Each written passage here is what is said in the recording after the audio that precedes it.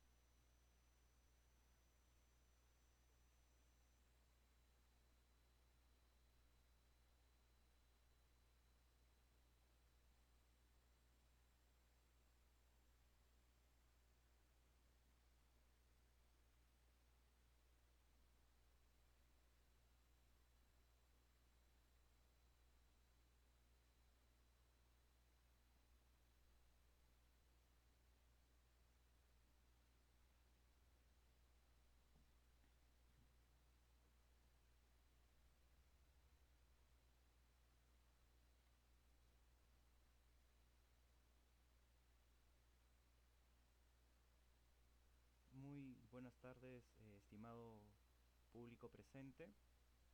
Desde la Escuela Profesional de Ciencia Política les damos la más cordial bienvenida a la sexta sesión de los Viernes Politológicos, actividad organizada por esta Escuela Profesional de la Universidad Nacional Mayor de San Marcos.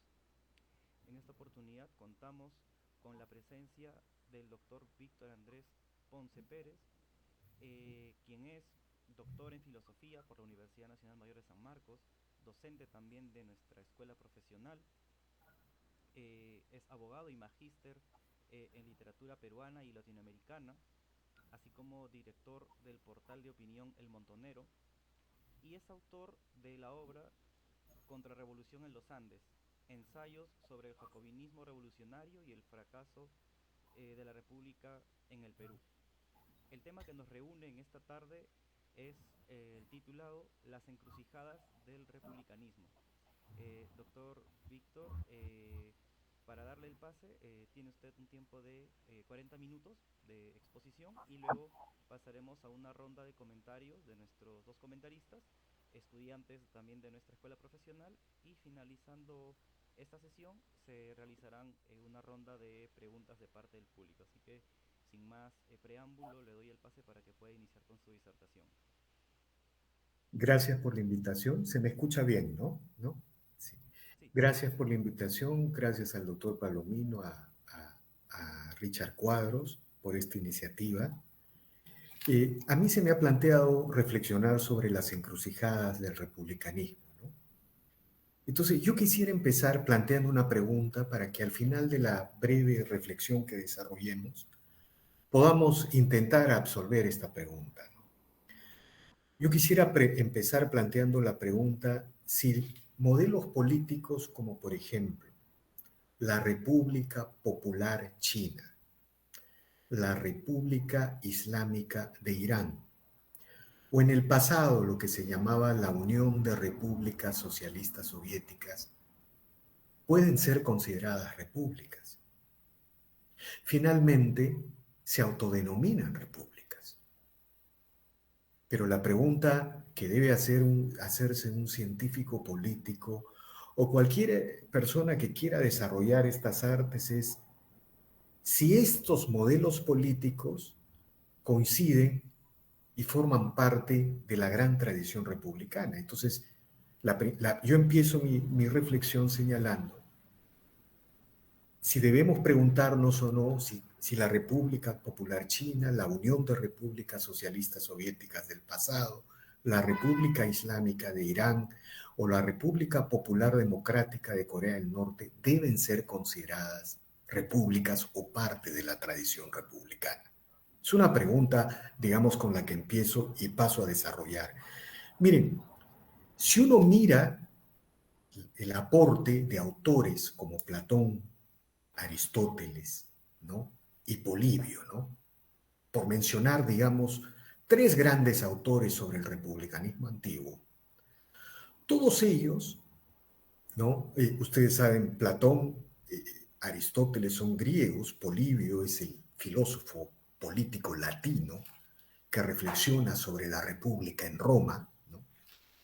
La República en Roma duró 4 siglos y medio, y en términos históricos debería ser considerada la república más antigua de la historia de la humanidad. Pero estos tres autores reflexionan sobre qué es una república. Y estos tres autores hablan de que en la experiencia de las ciudades griegas y posteriormente en la experiencia romana, hay tres modelos institucionales. Una es la monarquía, otra es la oligarquía, otra es la politeia o la república, y la definición de estos tres modelos institucionales que ellos registran en las ciudades-estado griegas, en la experiencia de Roma, es que la monarquía es el gobierno de uno, pero cuya degeneración es la tiranía. Más o menos es lo que nos dicen estos autores. Luego señalan que la oligarquía es el gobierno de pocos, pero pocos muy calificados, lo que se llama la aristocracia, y esta oligarquía cuando degenera en esta aristocracia, perdón, me estoy equivocando, este modelo de gobierno aristocrático, cuando degenera en oligarquía. Entonces, ya vamos, digamos, estos tres autores señalan que la monarquía degenera en tiranía, que el sistema aristocrático degenera en oligarquía. Y luego agrega que el sistema de la politeia o la república degenera en la democracia o a veces se denomina oclocracia. En la reflexión de estos autores hay esta obsesión por reflexionar el sistema político de las ciudades, de los estados, y encontrar una fórmula de gobierno, de autogobernarse. Entonces, la primera cosa que ellos buscan es, digamos, una regularidad en el pensamiento de estos tres autores. La primera cosa que ellos se plantean es la idea de controlar el poder de uno, de pocos y de muchos. Porque esa es la única manera, según estos autores, después desarrollaré los aportes principales de Polibio para luego entrar al republicanismo moderno. Según estos autores, la degeneración se produce cuando no se controla el poder. Entonces, en toda la reflexión de estos tres autores hay la idea de cómo controlar el poder y poco a poco en sus escritos van delineando que la mejor manera de controlar el poder es construyendo instituciones o sistemas institucionales que perduren en el tiempo, que sean estables en el tiempo. Entonces, poco a poco ya tenemos dos ideas alrededor de la construcción del sistema republicano. La idea de controlar el poder, la idea de crear instituciones que perduren en el tiempo, que perduren, porque las instituciones que controlan el poder para ser eficientes y viables tienen que validarse en el tiempo, tienen que validarse en el proceso histórico. Y de alguna manera en ellos está presente la idea de la estabilidad política. ¿No es cierto? Ahora, cuando Polibio reflexiona sobre la República en Roma, él va a plantear la teoría del gobierno mixto y más o menos señala lo siguiente, ¿no? Más o menos señala lo siguiente, ¿no? Que el mejor gobierno, y digamos, el mejor gobierno es aquel que combina lo mejor de la monarquía, lo mejor de la aristocracia y lo mejor de la república o la llamada politeia. Y le agrega algo más, Polibio: el mejor gobierno es aquel que integra lo mejor de estas formas de gobierno y construye una comunidad política de todos. Y reflexiona en sus libros, en sus tesis, a partir de la experiencia de Roma. Entonces, en Roma, efectivamente, los cónsules eran la expresión de la monarquía. Habían dos cónsules, pero era la expresión de un poder ejecutivo. El Senado histórico era la expresión del modelo aristocrático que había florecido en las ciudades griegas.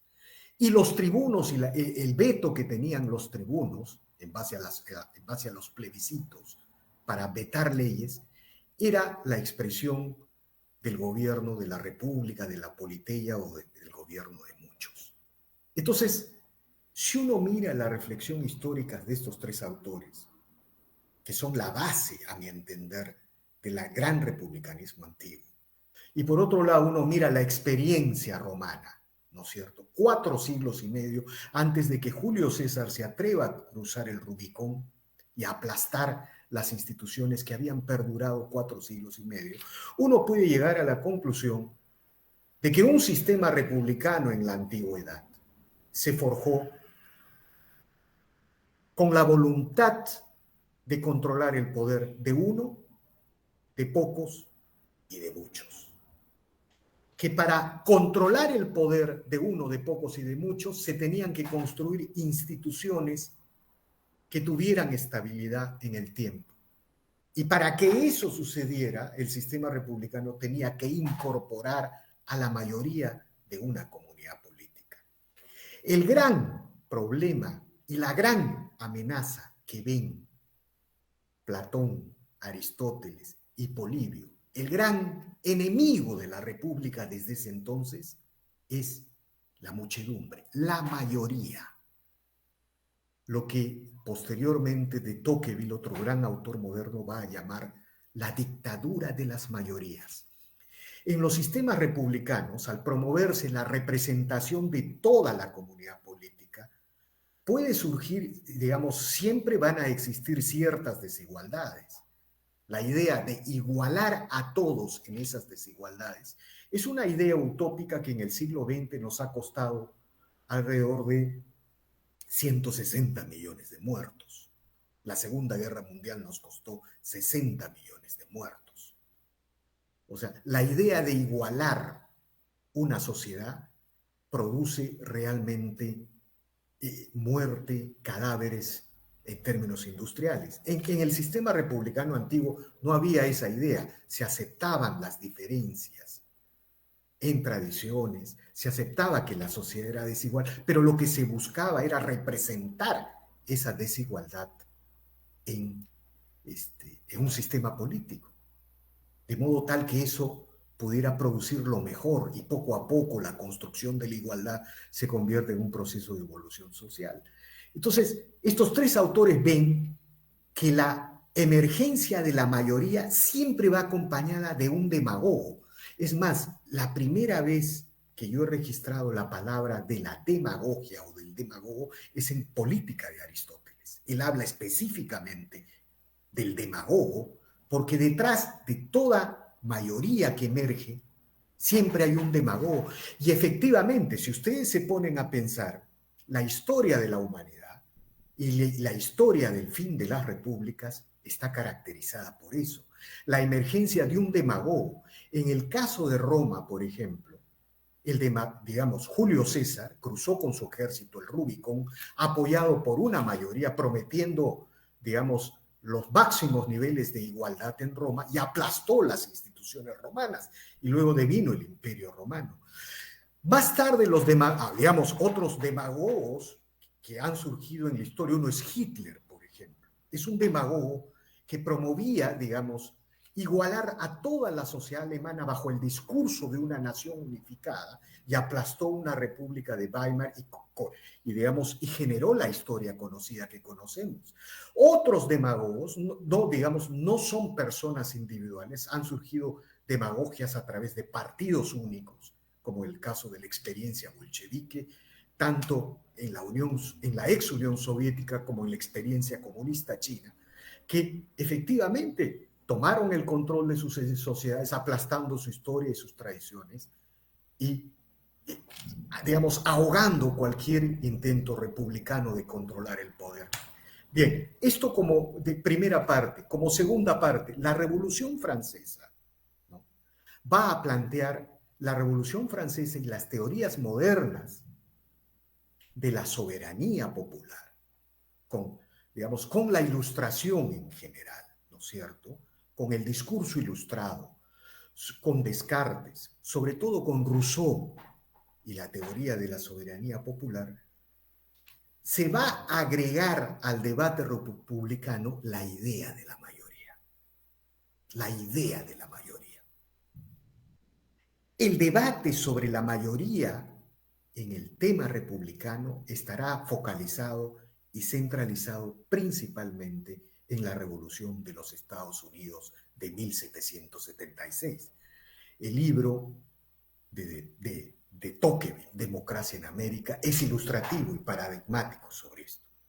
Él, por ejemplo, señala, ¿no?, que el gran problema que va a enfrentar la democracia, la arquitectura republicana de los Estados Unidos, es la eventualidad del surgimiento de una dictadura de la mayoría.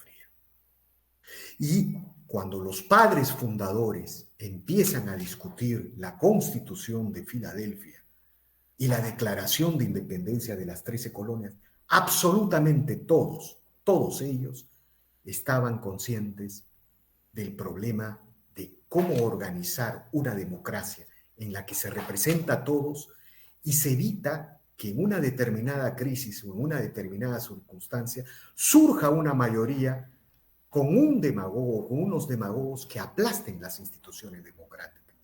Por eso, de Tocqueville tiene una reflexión muy interesante sobre la Revolución de Estados Unidos, ¿no? Él dice que, a diferencia de la Revolución Francesa, él es el primero en establecer, junto con otros autores que debaten sobre la Revolución Francesa, las diferencias de estas dos revoluciones. En Francia, las mayorías y los jacobinos revolucionarios, cuando llegan al poder, hacen tabula rasa de todo el legado institucional de la monarquía francesa. Se cambian, no solo, digamos, se cambian, por ejemplo, surge un sistema de poder, ¿no?, que hasta ese entonces había sido una abstracción. Es lo que conocemos ahora como el republicanismo moderno, la división de poderes, la elección democrática de los poderes soberanos por la mayoría, la soberanía popular de Rousseau. Todo eso se implementa en la Revolución Francesa, pero las instituciones que habían sido herencia del legado y de la evolución social de la historia francesa son simplemente eliminadas. Se cambian hasta el peso y las medidas. En Francia, bueno, esa Revolución Francesa tuvo un resultado. Digamos, Francia tiene 15 constituciones. En el caso de Estados Unidos, Francia tiene 15 instituciones y el imperio napoleónico desarrolló una guerra continental en la que por primera vez en la historia de Occidente aparecen, los muertos se contabilizan en millones. En el caso de la Revolución de Estados Unidos, es una revolución diferente, lo que dice el propio de Tocqueville. De Tocqueville dice que en Estados Unidos, lo que a él le impresiona es la manera como se organizan las instituciones de abajo hacia arriba. Y él dice, los estadounidenses han preservado sus instituciones que han construido desde la llegada del Mayflower hasta acá, y sobre esas instituciones, sobre esa evolución histórica, están creando la gran Unión Americana. Y luego de Tocqueville agrega, en realidad la revolución de Estados Unidos se hace contra el Imperio Británico solo y solo para preservar las instituciones que habían ido formando a las 13 colonias. Y tiene una frase muy esclarecedora, ¿no? Él dice, en Estados Unidos, los municipios y los estados le prestan sus funcionarios al Estado federal, a la Unión Americana. En Francia, el Estado francés, el Estado revolucionario le presta sus funcionarios a los municipios. Entonces, entre la Revolución de Estados Unidos y en la Revolución Francesa hay diferencias fundamentales. En una revolución, la revolución se gestó para preservar las instituciones construidas durante siglos de evolución. Eso es Estados Unidos. Y en la otra se hizo para hacer tabula rasa de la herencia social e institucional y construir sobre base de conceptos y teorías abstractas un nuevo modelo político. Algo parecido sucedió en las revoluciones hispanoamericanas, ¿no? Pero en algo parecido, digamos, eso sería motivo de otra reflexión, la independencia del Perú. Solo déjenme decirles que al momento de la independencia del Perú, el 80% de las tierras estaban conducidas por las noblezas indígenas y las comunidades campesinas indígenas. Cuando Bolívar y San Martín eliminan los últimos restos de nobleza, el proceso de independencia deja al mundo indígena sin sus representantes y sin sus interlocutores.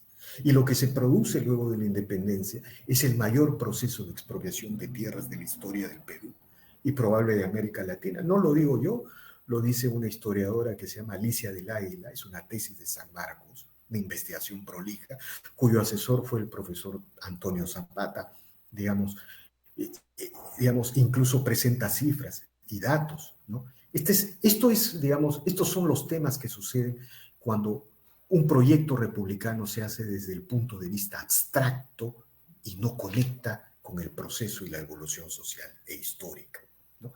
Entonces, pero yo no sé si ustedes se dan cuenta de que en toda esta reflexión digamos, luego de haber desarrollado el republicanismo antiguo, está la idea de la mayoría, está la idea de la representación popular y de la soberanía del pueblo.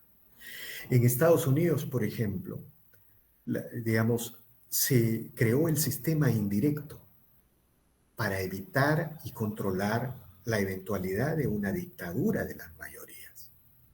Por eso en Estados Unidos, las elecciones de los estados eligen delegados que van a una convención nacional presidencial, que eligen indirectamente al presidente. Ya eso ya lo conocemos.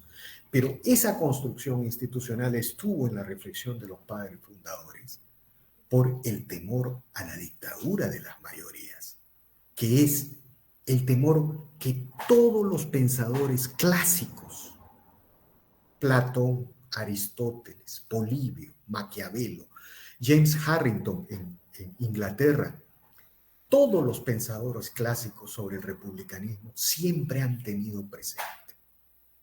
Construir una república siempre va a significar la posibilidad de la emergencia de la dictadura de una mayoría y la emergencia del demagogo, como decía Aristóteles.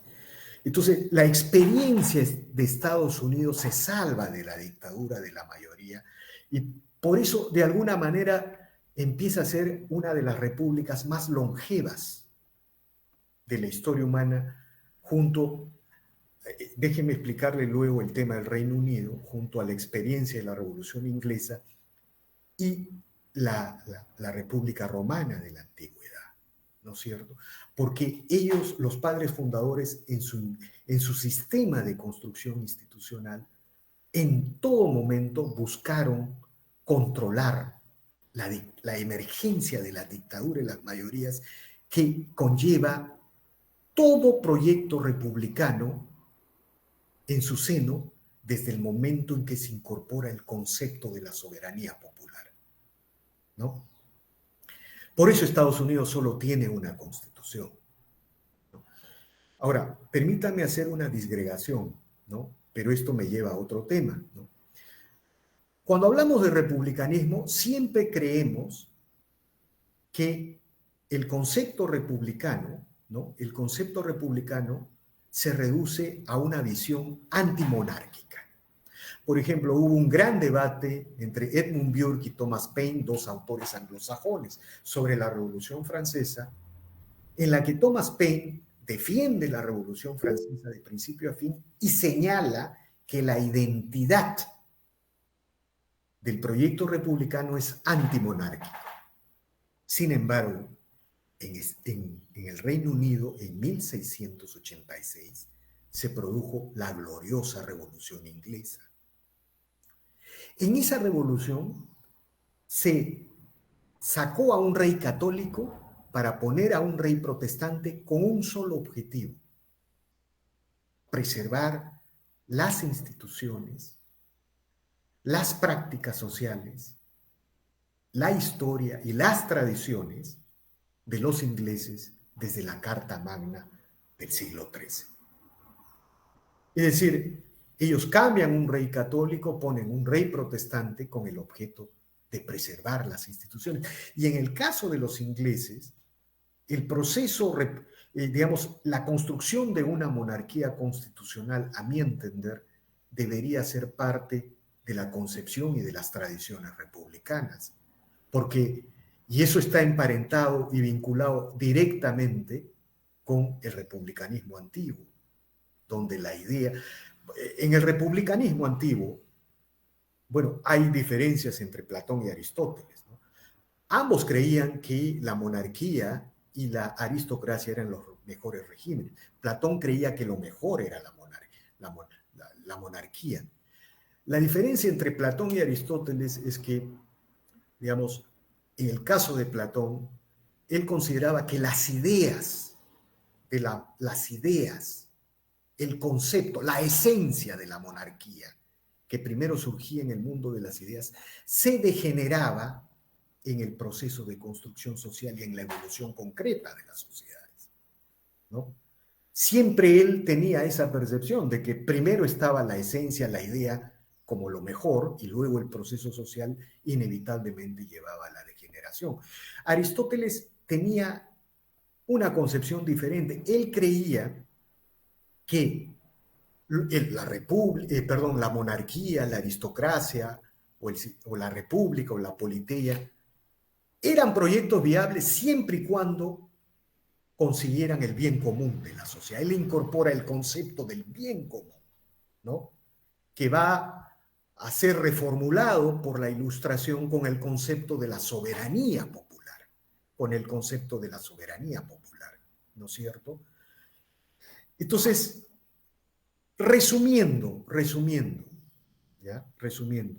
un sistema republicano es un sistema que se construye para controlar el poder, ya sea de un presidente, de muchos, de un congreso, de pocos, de un congreso, o de muchos, de una mayoría que emerge como una dictadura. Cuando el sistema logra controlar estas tres expresiones del poder, entonces podemos empezar a hablar de un sistema republicano. En segundo lugar, la única manera de controlar el poder, más allá de la emergencia de otro poder arbitrario o de una dictadura de las mayorías con un demagogo, sea un individuo, un partido, una clase, una nación, cualquiera sea el proyecto, la única manera es a través de un sistema de instituciones permanente y estable en el tiempo. Y las instituciones, como decía Edmund Burke, no se construyen con ladrillo y cemento, no se construyen con una pizarra. Las instituciones son construidas por la sociedad en un largo proceso de ensayo y error. Las instituciones, decía Burke, son el pacto entre los que estamos vivos con los que ya han muerto y los que están por nacer. Es la suma de la sabiduría de varias generaciones los que se expresa en una institución. Entonces, cuando los republicanos, los teóricos republicanos hablan de una institución, están hablando de estas cosas. No solamente Platón, no solamente Aristóteles, Polibio, no solamente Maquiavelo, también los padres fundadores, los teóricos ingleses, los liberales ingleses de la Revolución Inglesa, están hablando de esas cosas, ¿no? Entonces, eso en segundo lugar. Y en tercer lugar, ¿no? Una república es aquella que logra representar e integrar a toda la comunidad política. Por ejemplo, el gran problema de la fundación republicana en el Perú, y eso es la gran preocupación de Faustino Sánchez Carrión, es cómo integrar a toda la sociedad peruana en un modelo republicano. Recuerden que les he mencionado que en el libro de Alicia el Águila se decía que el 80% de las tierras del Perú estaban bajo el control de las comunidades campesinas al momento de la independencia. Y déjenme decirles algo más aterrador. El 80% del ejército español era indígena. El ejército libertador era un ejército de criollos, mercenarios, ambos y europeos, como suelen decir los historiadores. Esa es más o menos nuestra realidad, y así nació nuestra república. Entonces, cuando Faustino Sánchez Carrión se pregunta cómo construir una república, el gran problema que tiene Sánchez Carrión es cómo integrar a todos. Y el 80% de la población estaba en el mundo indígena. Pero no solamente eso, sino que era analfabeto. Ustedes saben que en la primera constitución del Perú, en 1823, la impronta republicana de Sánchez Carrión, de Faustino Sánchez Carrión, del solitario de Sayán, está tan presente que, si no me equivoco, es en el artículo 15 se establecía que los analfabetos podían votar en el Perú hasta 1840. Eso está en la Constitución de 1823. Hasta 1840. En otras palabras, el padre fundador del republicanismo peruano tenía la esperanza de que la república iba a educar a los campesinos durante 2 o 3 décadas para que formaran parte de esos ciudadanos virtuosos, críticos, que han soñado todos los teóricos republicanos. Bueno, la república no los educó, les expropió sus tierras. Y a fines del siglo XIX se había construido el Perú latifundista. Esas son las cosas que suceden cuando tenemos un ideal abstracto de la república. Una república en realidad es la suma de buenas ideas, por ejemplo, de buenas ideas, pero de ideas abstractas buenas, como hicieron los padres fundadores de Estados Unidos. Ellos construyeron, la Unión Americana nunca había existido, la división de poderes nunca había existido, pero debajo de eso estaban todas las instituciones históricas de la evolución social. En el Perú se quiso armar un ejecutivo y un congreso sobre un sistema de gobierno que había durado 3 siglos, en el que había estado un virrey que era controlado por la República de Indios, la República Española, tenía un Consejo de Indias a su lado y encima tenía un juicio de residencia. Entonces, cuando se destruye ese sistema institucional, se hace tabula rasa por una concepción abstracta, queda este problema de cómo incorporamos al mundo indígena al sistema de representación. Y por eso la República Peruana durante medio siglo fue una suma de caudillos militares y cuartelazos, hasta que el primer presidente electo se produce luego de medio siglo, en 1872 con Manuel Pardo y el Partido Civil, ¿no es cierto? Eso es cuando sucede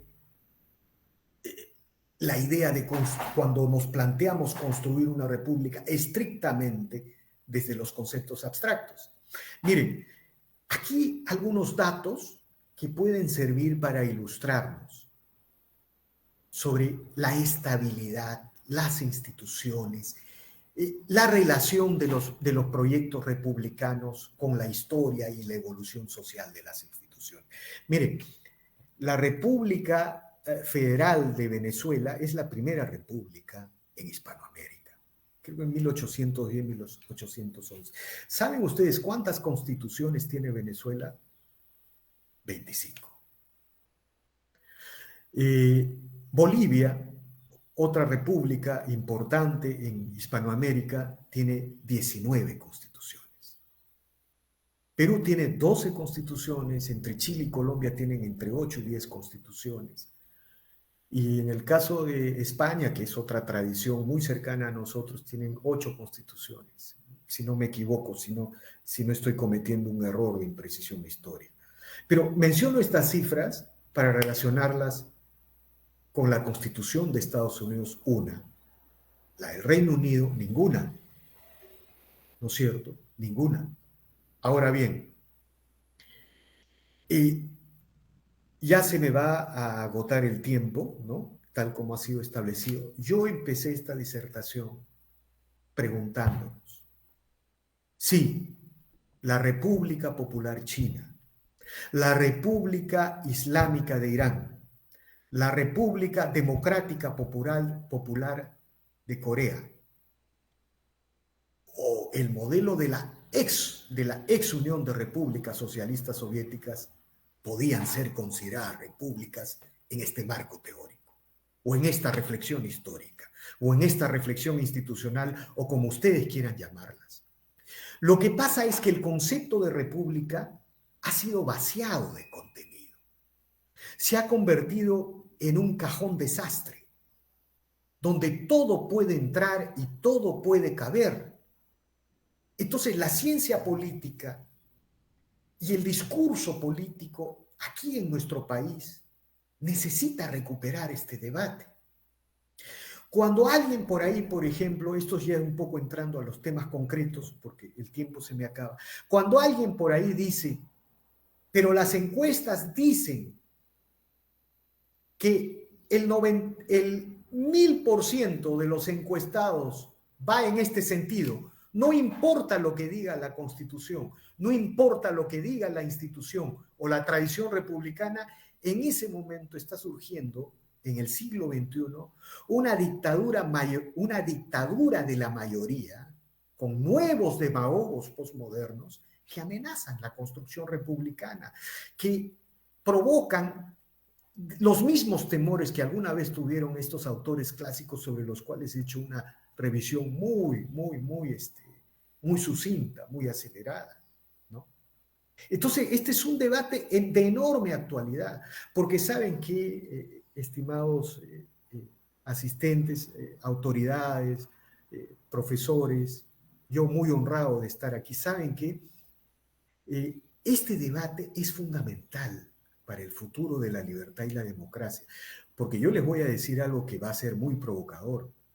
La república o el concepto, la historia de la república, solo ha prosperado en Occidente, que debe ser otra gran investigación.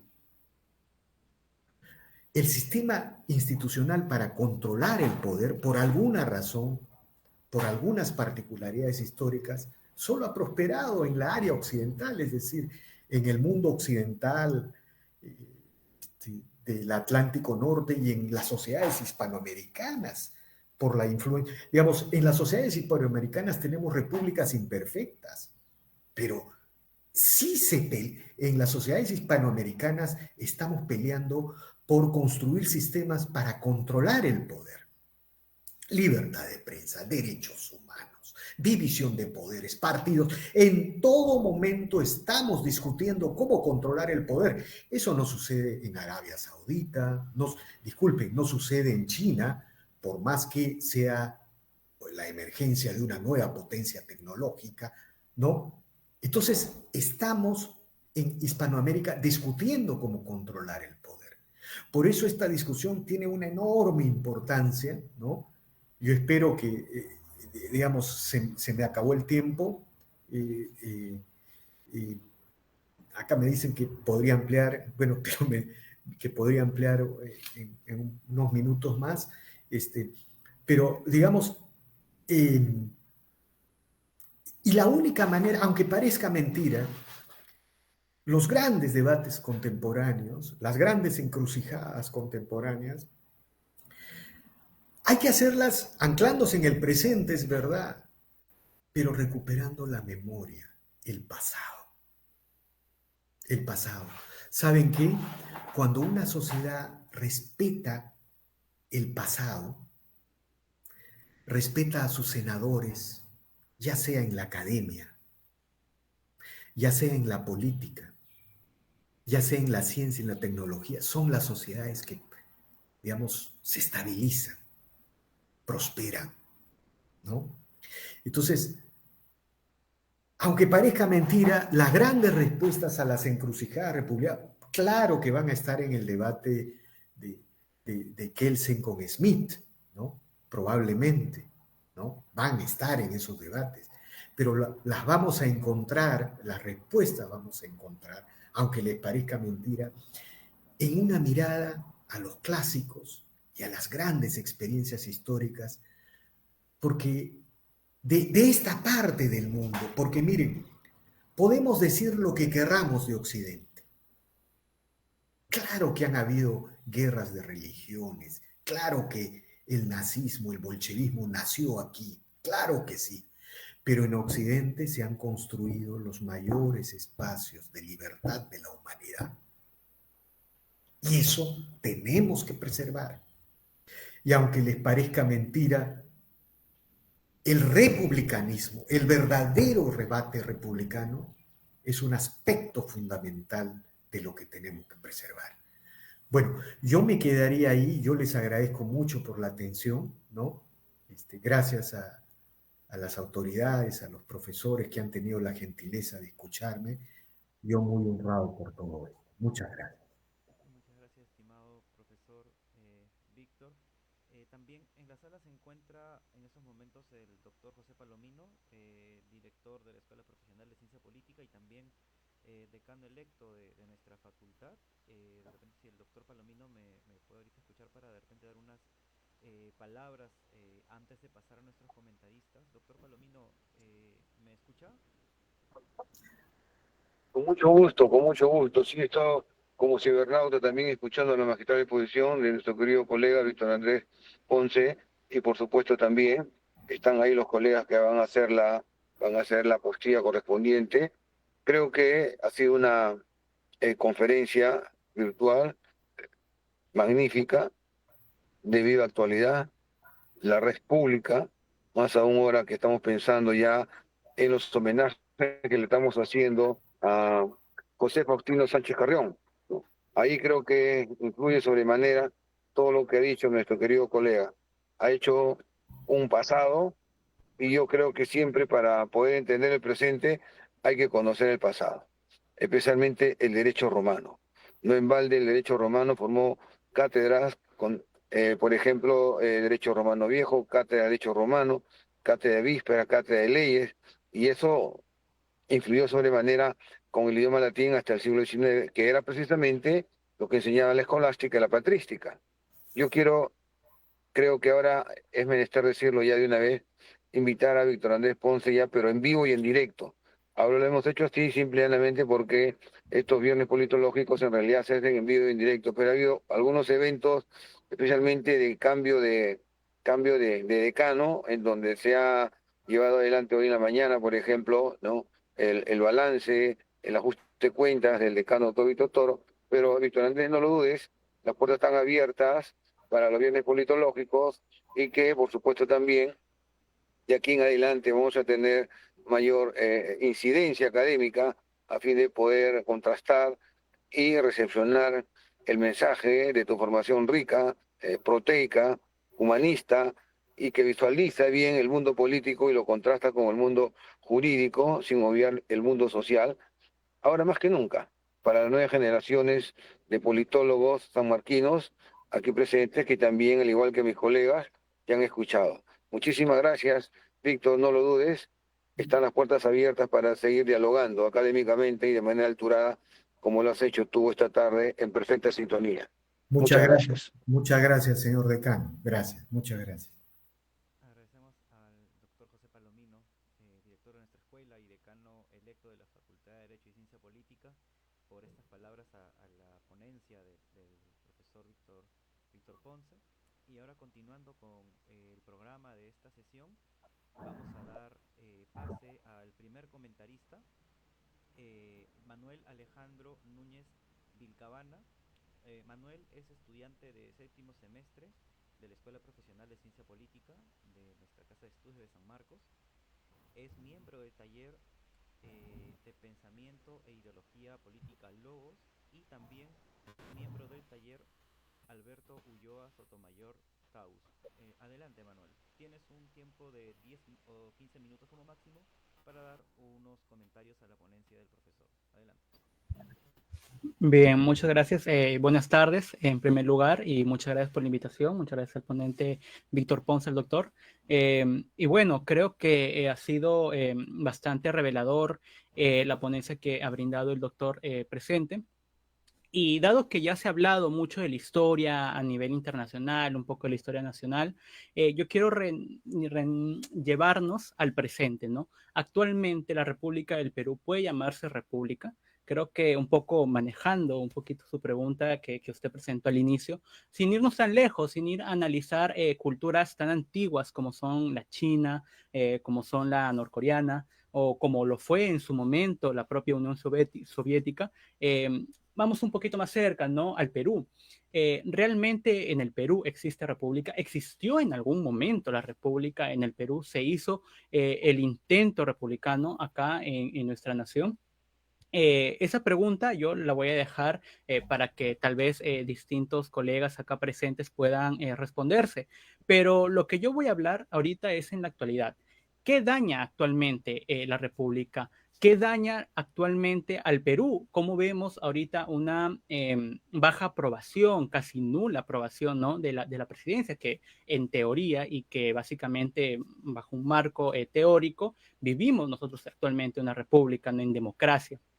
Con lo cual, ¿qué daña realmente, no? Y para no extender, porque además tengo muy poco tiempo, yo he elegido dos características que dañan profundamente el modelo republicano y el modelo democrático en donde se vive, que es primero la corrupción, y la corrupción no vista desde un punto institucionalizado. La corrupción que, bueno, lamentablemente, bajo criterios ya antropológicos o podemos decirlo morales, escapa de las manos de la teoría, ¿no? Es algo que el ser humano en su mundo y en su individualidad puede ser desleal a sus valores y a sus virtudes, pero omitiendo eso, vayamos a la corrupción vista en otros enfoques, en los enfoques tal vez o en las situaciones o circunstancias en donde existe corrupción en los medios de comunicación.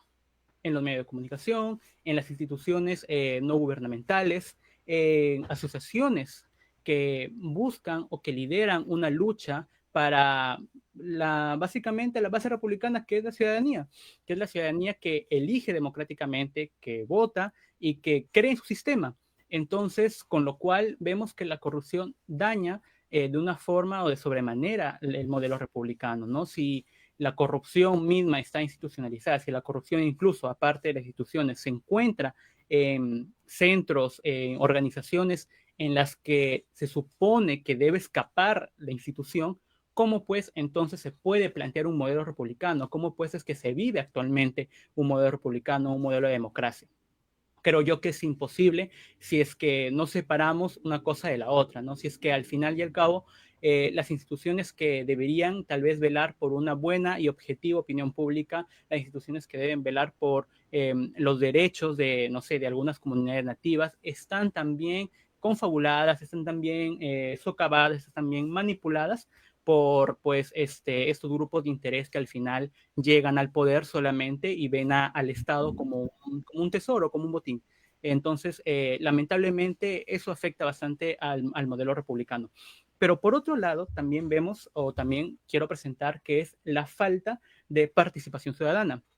En un modelo republicano y en un modelo en donde se teme a las mayorías, como ha explicado pues, el doctor Víctor Ponce, la falta de participación ciudadana es sustancial, es bastante importante analizarla, porque vemos que en las últimas elecciones que se han dado hay tan poca participación de distintas además edades, que pues esto se puede analizar con los datos del INEI o con los datos de diferentes centros estadísticos, pero cómo es pues que la participación ciudadana socava también la democracia como tal, ¿no?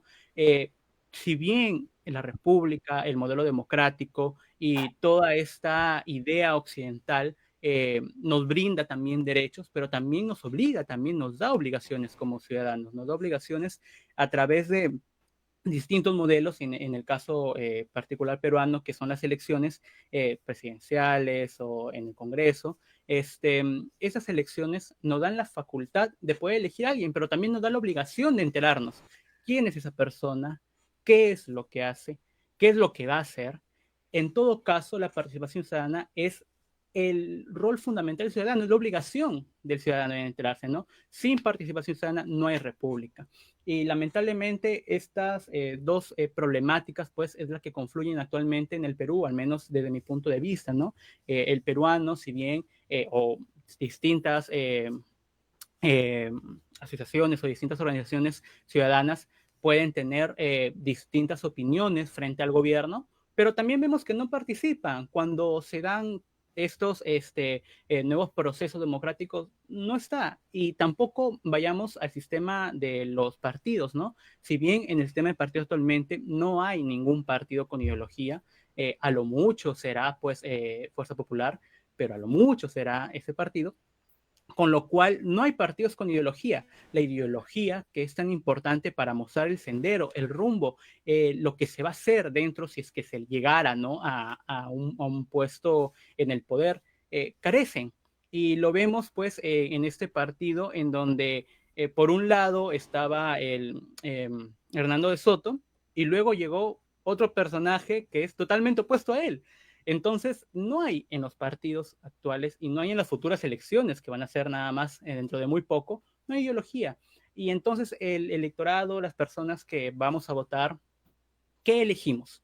¿A quién elegimos realmente? ¿Qué es lo que estamos eligiendo? Entonces, ¿cuál es la función? Y creo que yo voy a llevarlo hasta el aspecto de mi carrera, que es ciencia política. ¿Cuál es la función del politólogo ya en ejercicio? ¿Cuál debería ser su mirada? Pues es hacer entender a la ciudadanía pues la importancia de su voto, la importancia de su función, de sus obligaciones dentro del rol, dentro del Estado, con lo cual es llevarlo de ese camino, ¿no?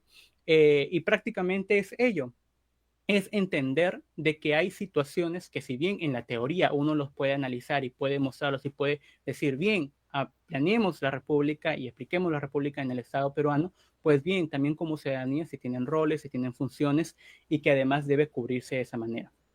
Y quiero finalizar también, ya porque se me está acabando el tiempo, quiero finalizar diciendo que es muy importante, si bien parte de la academia producir más debates, producir más teoría, producir más ejercicio, también debemos ir a lo llano, también debemos ir a la gente de a pie, también debemos llegar a la gente de a pie, a las personas pues que se sienten poco identificadas, a las personas que están siendo vulneradas sus derechos, porque parte de la idea republicana también es pues el valor del derecho, de lo que es uno como persona. Entonces, el burlarnos, el que se burle constantemente y el que en la vida, en el caso peruano, no hace mucho, no hace 200 años, no hace 100 años, sino hace muy poco, el tema del baguazo, el tema de las mineras informales, el tema del narcotráfico en el Brain, son temas que aquejan a la población y que lamentablemente no se tomaron en cuenta o no se toman en cuenta y no hay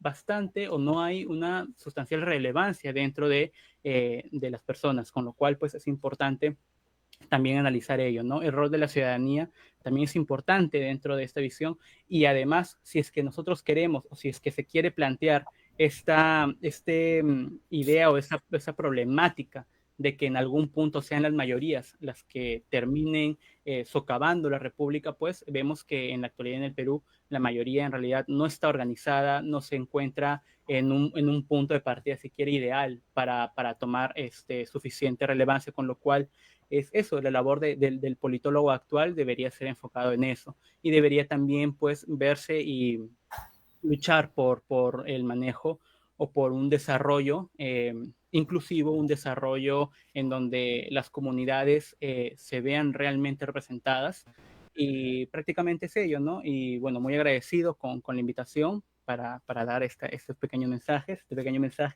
Espero haya sido de su agrado. Y nada, le doy pase a mi siguiente compañero. Muchas gracias. Muchas gracias, Manuel, por tus comentarios y reflexiones, también a la ponencia del profesor Víctor. A continuación, nuestro segundo y último comentarista, Kevin Fabricio Rodríguez Vázquez. Él es estudiante del tercer semestre también de Ciencia Política de nuestra casa de estudios. Es integrante del taller de Pensamiento e Ideología Política Logos y ha sido participante del Parlamento Joven por la región Lima Metropolitana en el presente año 2025. Adelante, Kevin. Tienes 10 minutos para dar tus comentarios a la ponencia del doctor.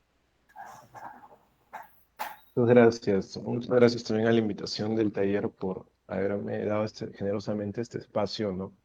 Para poder dilucidar, discernir eh, algunos puntos acerca del republicanismo en el Perú y qué tan importante es reflexionar en torno a caso que ha constituido este proyecto en casi un poco más de 200 años de república, ¿no? Inicialmente, quizá yo tengo una opinión un poco disruptiva, hasta pesimista de la sociedad, de nuestra sociedad contemporánea. Y y sostengo que soy de la idea donde vivimos en una época eh, ya donde, metafóricamente hablando, la pus ha reventado.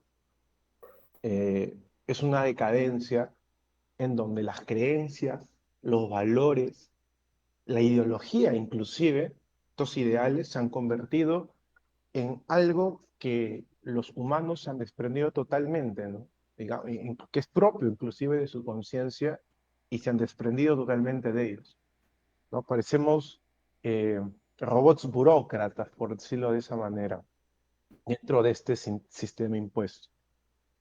Un sistema donde quizá todos estos valores, estas formas, la voluntad de poder está absorbida y condicionada por el producir, por el hacer y por el consumir. Y la República como proyecto, como construcción, no se exime de este comentario, ¿no?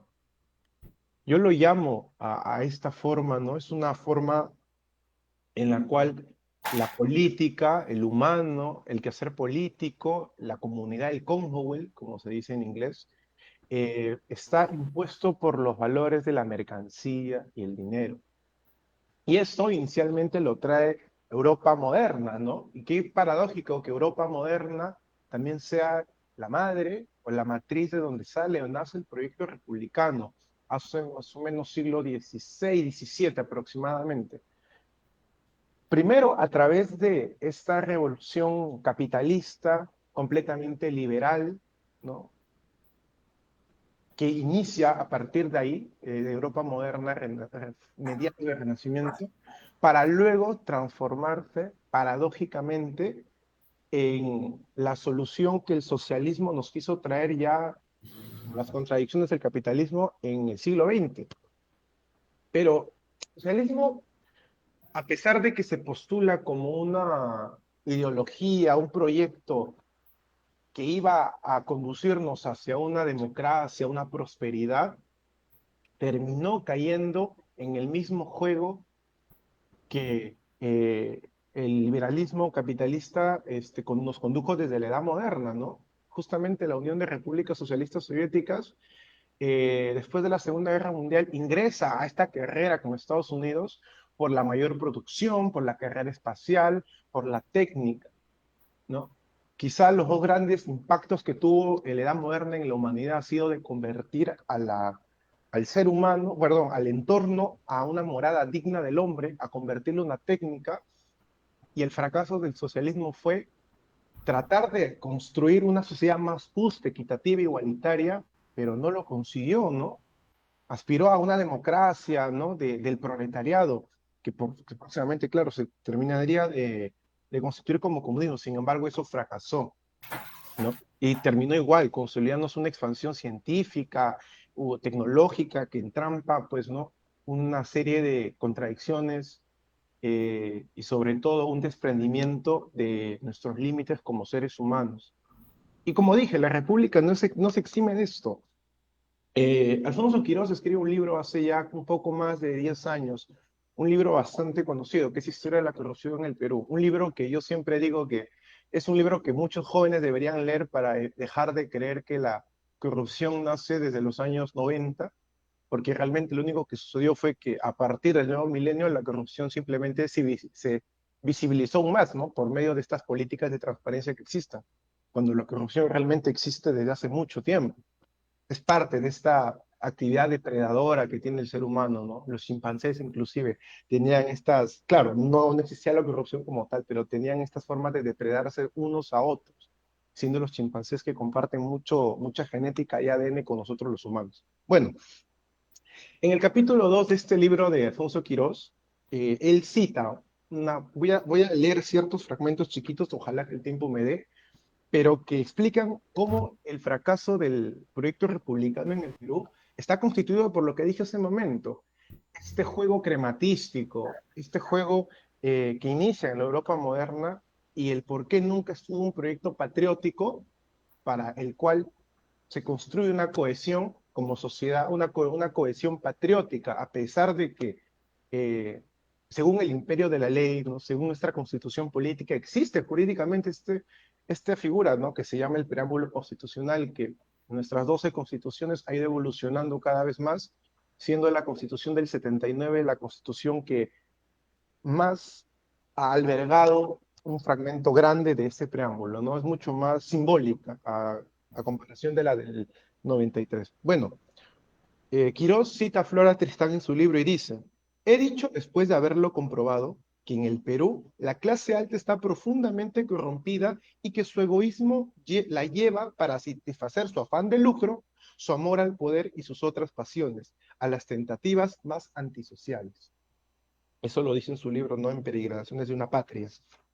Más adelante Quirós habla acerca del saqueo patriota que vivió nuestra independencia, nuestra causa emancipadora y todo el costo que esta condujo, ¿verdad?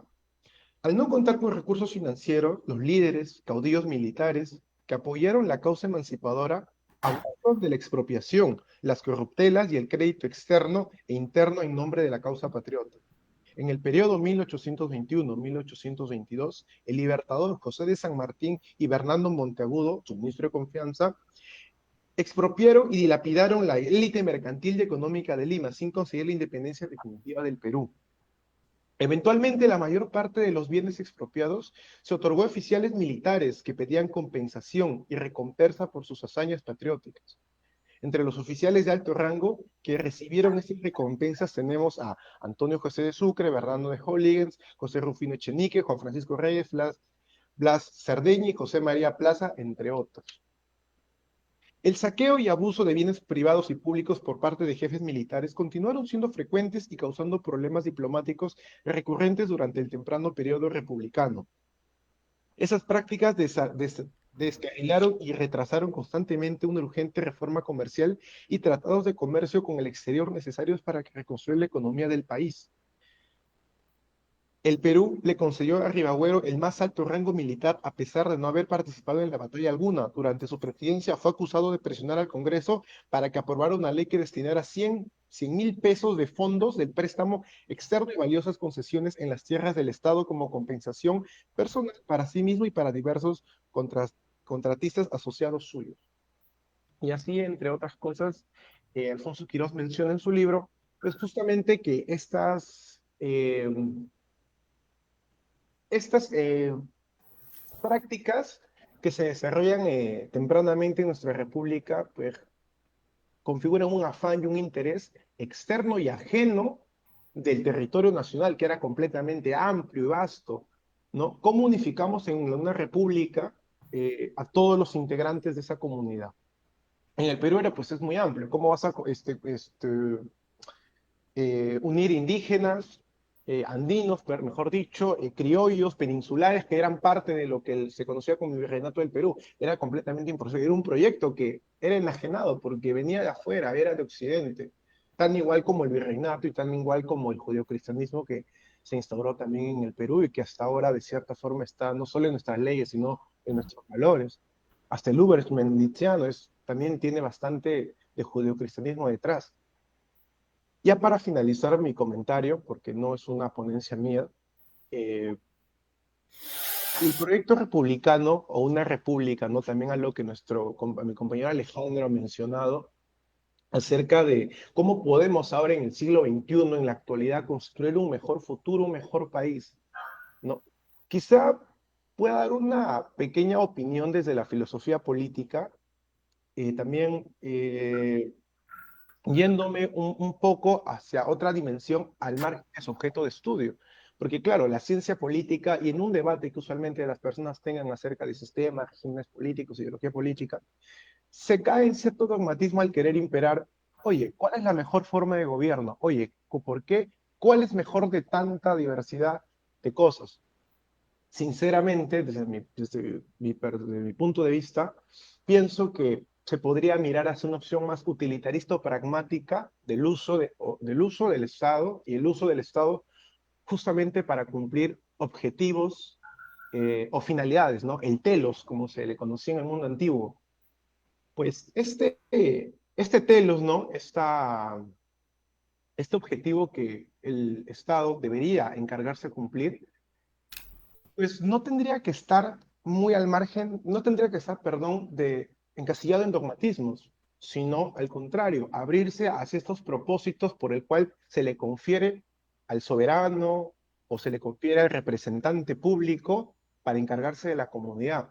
Es el caso, por ejemplo, del exilio de Hobbes durante el protectorado de Cromwell. Mejor dicho, Hobbes retorna a Inglaterra durante el protectorado de Cromwell, porque claro, a pesar de que el ingreso de Cromwell hacia su protectorado haya sido completamente violento, eso no lo exime de cumplir los propósitos del Estado. Y si un Estado, digámoslo de esta forma, cumple los roles y propósitos y que su sociedad le confiere, no importa si haya entrado de tal manera o de tal forma, violento, pacíficamente, no importa si sea una monarquía, aristocracia, o que al fin y al cabo devenga en otros excesos.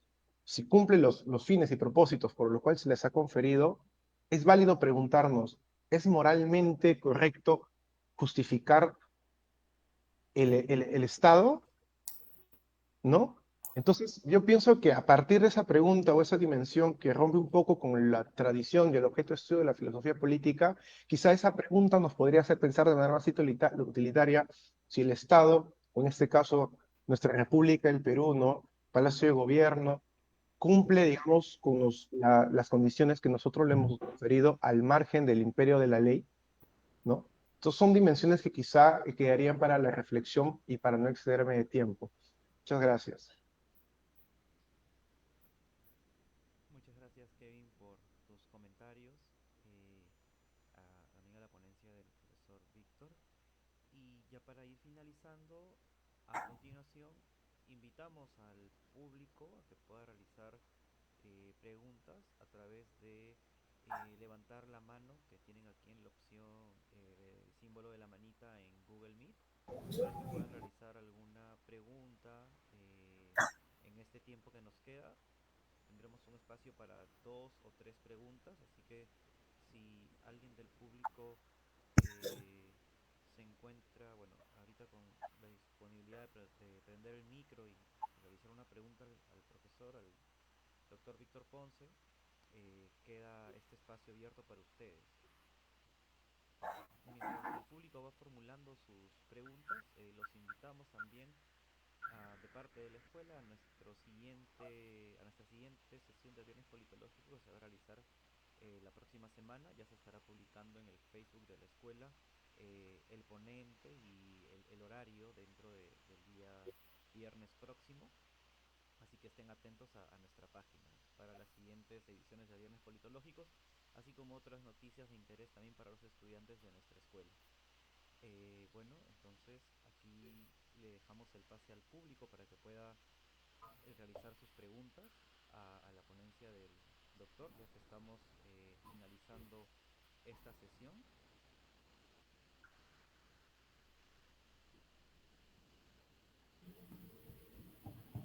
Además, también se recuerda al público que eh, se ha remitido el enlace de asistencia por medio del chat para que puedan acceder a la constancia de participación de esta sesión de viernes politológico y la constancia será remitida a sus correos. Así que en el chat está el enlace a la asistencia para que puedan eh, completar el formulario.